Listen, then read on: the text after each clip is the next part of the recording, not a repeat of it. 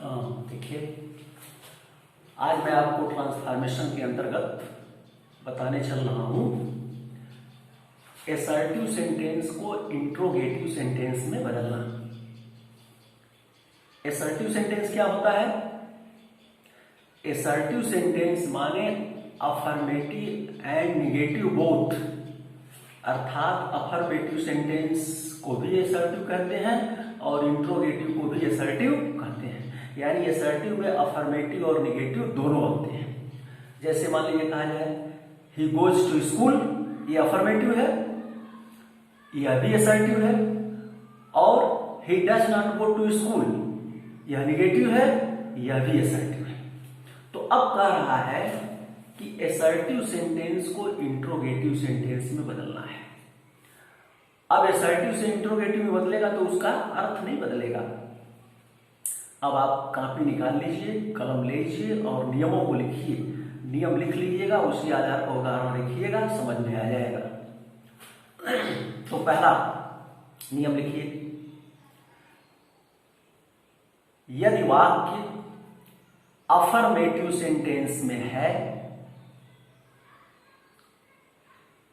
तो उसे interrogative negative sentence में बदल देते हैं, और यदि वाक्य निगेटिव में है तो उसे इंट्रोगेटिव में बदल देते हैं। समझ गए? अफर्मेटिव में रहेगा तो इंट्रोगेटिव निगेटिव में जाएगा, और निगेटिव में रहेगा तो इंट्रोगेटिव में जाएगा। जैसे उदाहरण लिख लीजिए, Tagore was a great poet. तो ये वाक्य अफर्मेटिव में है तो बदल के जाएगा इंट्रोगेटिव निगेटिव में। तो इंट्रोगेटिव निगेटिव बनाने के लिए या इंट्रोगेटिव बनाने के लिए सहायक क्रिया को हम बाहर करेंगे।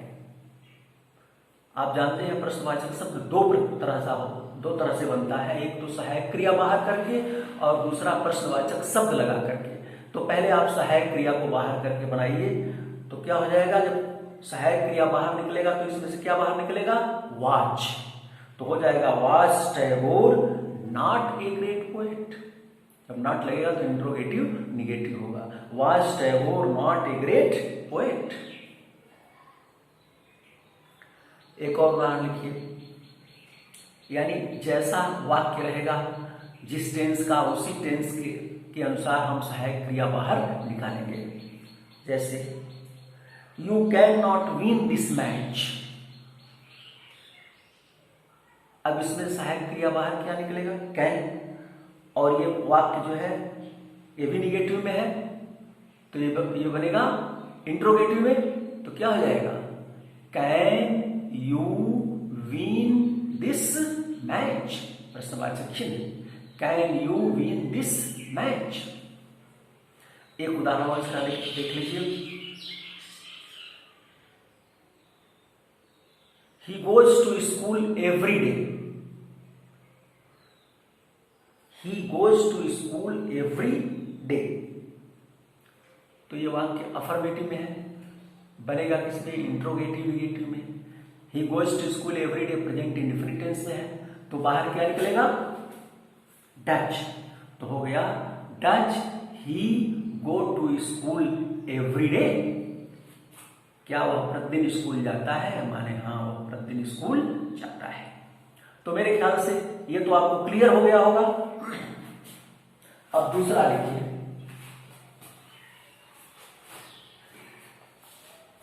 दूसरा नियम लिखिए, यदि असर्टिव सेंटेंस में नो आता है या नो आता है तो इंट्रोगेटिव में बदलते समय नो के स्थान पर एनी लगा देते हैं। ये पहला नियम है, नो के स्थान पर एनी लगा देते हैं। जैसे it is no good to help this poor man. It is no good to help this poor man. अब यहां नो लगा हुआ है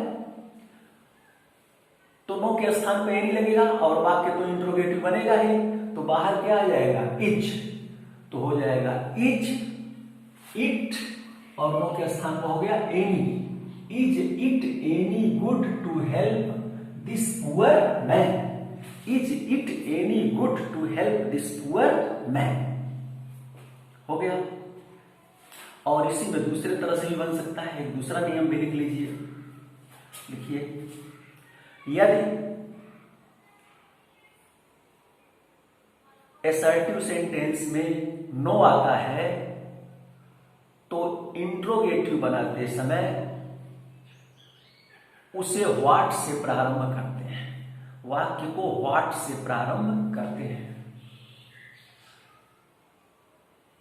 और नो के बाद जो एडजेक्टिव आया रहता है उसको व्हाट के तुरंत बाद लगा देते हैं।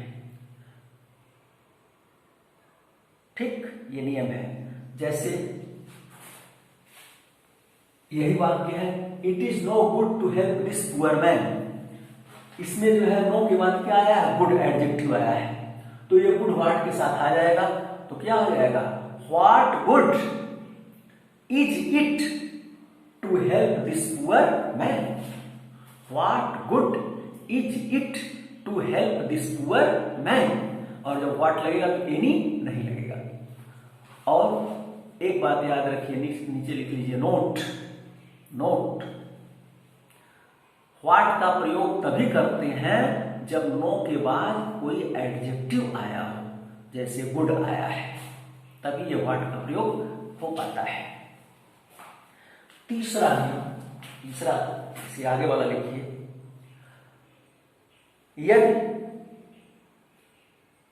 असर्टिव सेंटेंस में नो वन या नन आता है, नो वन या नन आता है, या नो बॉडी आता है, नो बॉडी आता है, तो नो वन या नन के स्थान पर एनी वन लगा देते हैं, तो नो वन या नन के स्थान पर एनी वन लगा देते हैं, तथा नो बॉडी के स्थान पर एनी बॉडी लगा देते हैं। ठीक, ये नियम है। और एक बात याद रखिए कि जो पहला नियम है, असर्टिव सेंटेंस को इंट्रोगेटिव सेंटेंस में, अफर्मेटिव सेंटेंस को इंट्रोगेटिव निगेटिव सेंटेंस में, और निगेटिव सेंटेंस को इंट्रोगेटिव सेंटेंस में, ये नियम आद्यांत चलेगा, पूरा चलेगा। तो इस आधार पर बनाइए, देखिए उदाहरण,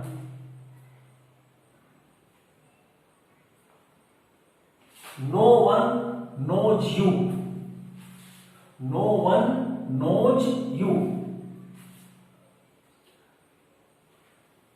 तो अब इसको बनाना है, नो वन लगा है तो इसके स्थान पर क्या हो जाएगा, एनी वन, और जब बनाएंगे तो सहायक क्रिया बाहर निकलेंगे, तो ये प्रेजेंट इंडेफिनिट टेंस में है, इसलिए सहायक क्रिया बाहर क्या निकलेगा, डज निकलेगी, तो हो जाएगा does anyone know you, does anyone know you.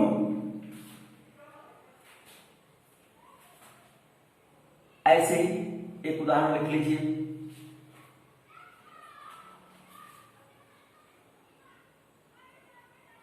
Nobody likes you, nobody likes you, तो अब नो बॉडी लगा हुआ है, इसलिए इसके स्थान पर क्या हो जाएगा, एनी बॉडी, और सहायक क्रिया बाहर क्या है, निकलेगी डज, तो हो जाएगा does any body like you, प्रश्नवाचक चिन्ह, does any body like you.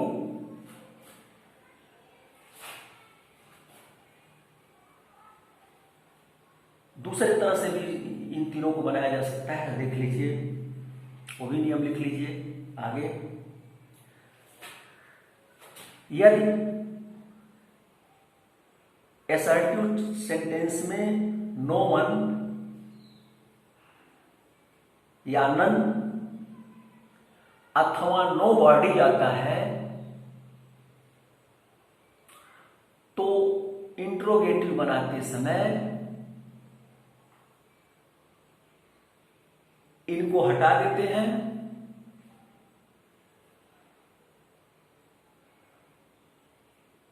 और वाक्य के प्रारंभ में हूं लगा देते हैं, अर्थात हूं से वाक्य को बना लेते हैं। जैसे यही उदाहरण है, नो वन नोज यू, तो इसको हूं लगा के बनाइए तो क्या हो जाएगा, नो वन खत्म हो गया, who knows you, who knows you.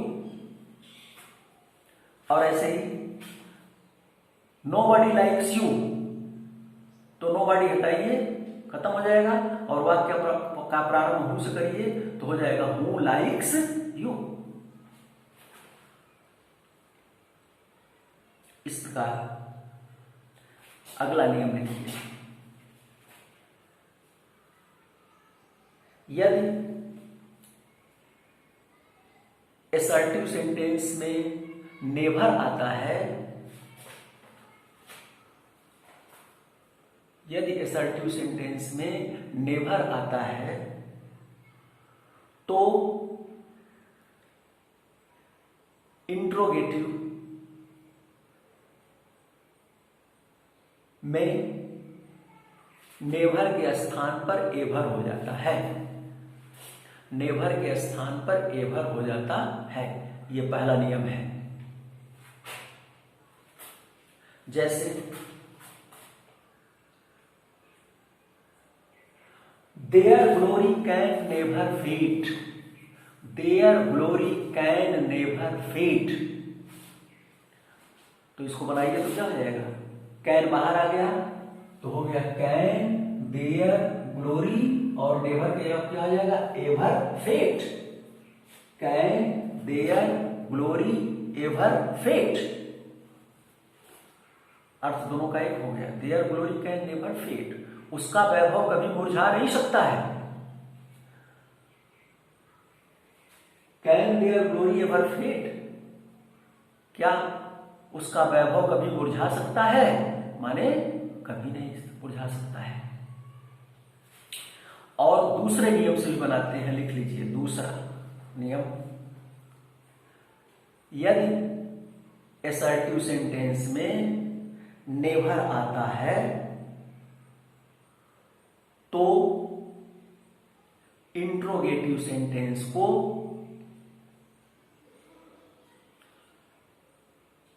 When से प्रारंभ करते हैं, व्हेन से प्रारंभ करते हैं।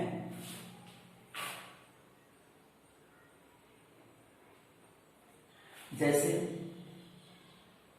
यही वाक्य देखिए, their glory can never fade, their glory can never fade, तो इसको बनाएंगे तो व्हेन आ जाएगा, तो हो जाएगा when can their glory fade,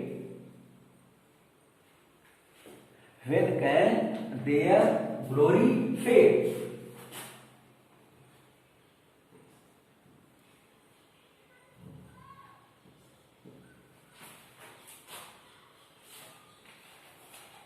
बन गया, उनका वैभव भला कब मुरझा सकता है, माने कभी नहीं मुरझा सकता है। अगला नियम लिखिए, यदि असर्टिव सेंटेंस में नथिंग आता है तो इंट्रोगेटिव बनाते समय नथिंग के स्थान पर एनीथिंग लगा देते हैं। जैसे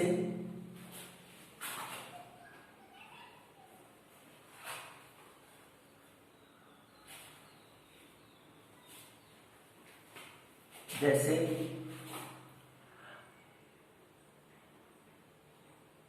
there is nothing impossible in this world, there is nothing impossible in this world, तो नथिंग लगा है तो अब इसको इंट्रोगेटिव बदलेंगे तो बाहर क्या आ जाएगा, इच, तो हो जाएगा इच देयर, और नथिंग की जगह क्या हो जाएगा, anything. Is there anything impossible in this world?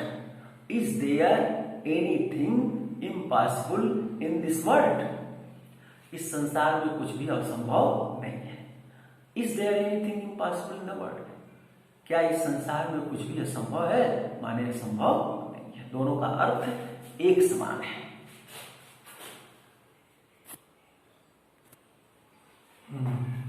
अगला नियम लिखिए, यदि असर्टिव सेंटेंस में एवरीबॉडी आया रहता है तो इंट्रोगेटिव में बदलते समय एवरीबॉडी के स्थान पर हूं लगा देते हैं। जैसे वाक्य है everybody likes you, everybody likes you. अब इसको बदलना है, ये वाक्य अफर्मेटिव में है, इंट्रोगेटिव निगेटिव में जाएगा, क्योंकि पहला नियम चलता रहेगा, तो इंट्रोगेटिव निगेटिव में जाएगा।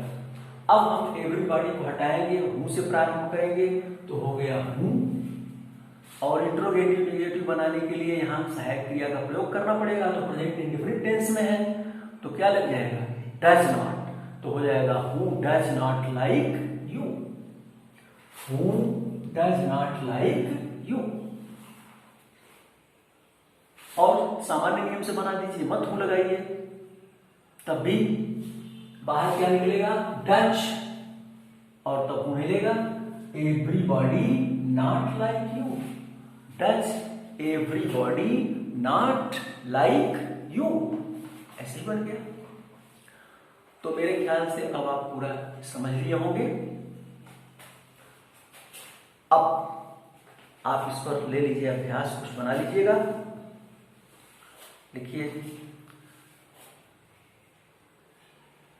Everybody loves to be praised, everybody loves to be praised. दूसरा, A wise man is honored everywhere, a wise man is honored everywhere. Drinking is harmful for health, drinking is harmful for health. और चौथा, no one would like to be insulted, no one would like to be insulted. पांचवा, money does not grow on trees, money does not grow on trees. छठवां, there can be no success without hard work, there can be no success without hard work. और सातवां लिखिए, joys and sorrows go together, joys and sorrows go together. और आठवां लिखिए, even ants can teach us a lesson, even ants can teach us a lesson. और नौवां, anyone will grow wise through experience, anyone will grow wise through experience. और 10वां लिखिए, sweet music pleases everyone, sweet music pleases everyone. इस प्रकार ये बनाए रखिएगा, आगे चेक होगा। और जो कल दिया गया था पिछले पार्ट में, उसको आप देख लीजिए। उसमें पहला दिया गया था, he was so poor that he could not buy this book, तो इसका हो जाएगा he was too poor to buy this book। दूसरा दिया गया था you are so rich that you can buy this house, तो हो जाएगा you are too rich to buy this house. और तीसरा दिया गया था it is so hard that it can not be broken, तो हो जाएगा it is too hard to be broken. चौथा it is so heavy that none can lift it, none बराबर वन कैन नॉट, तो हो जाएगा it is to heavy to lift. पांचवा है she speaks so fast that she can not be followed, तो हो जाएगा she speaks too fast to be followed. छठवां है this book is so costly that you can not buy it, तो हो जाएगा this book is too costly for you to buy. सातवां है trees are so valuable that they should not fall them unnecessarily, तो इसका हो जाएगा trees are to valuable for them to fall them unnecessarily. आठवां है the crowd was so large that the police could not control it, तो हो जाएगा the crowd was too large for the police to control. और नौवां दिया गया था the class is noisy beyond the proper limit, तो हो जाएगा the class is too noisy. और 10वां है they are excessive proud of their knowledge, तो हो जाएगा they are too proud of their knowledge. इस प्रकार ये समाप्त हो गया और मुझे उम्मीद है कि आप पूरा समझ लिए होंगे। जो न समझ में आया हो कमेंट में लिखें, उसके अनुसार मैं फिर बताऊंगा, उसमें सुधार करूंगा। इसलिए ज़्यादा से ज़्यादा इसको फैलावें, शेयर करें ताकि अधिक से अधिक लोग इसका लाभ प्राप्त करें। धन्यवाद।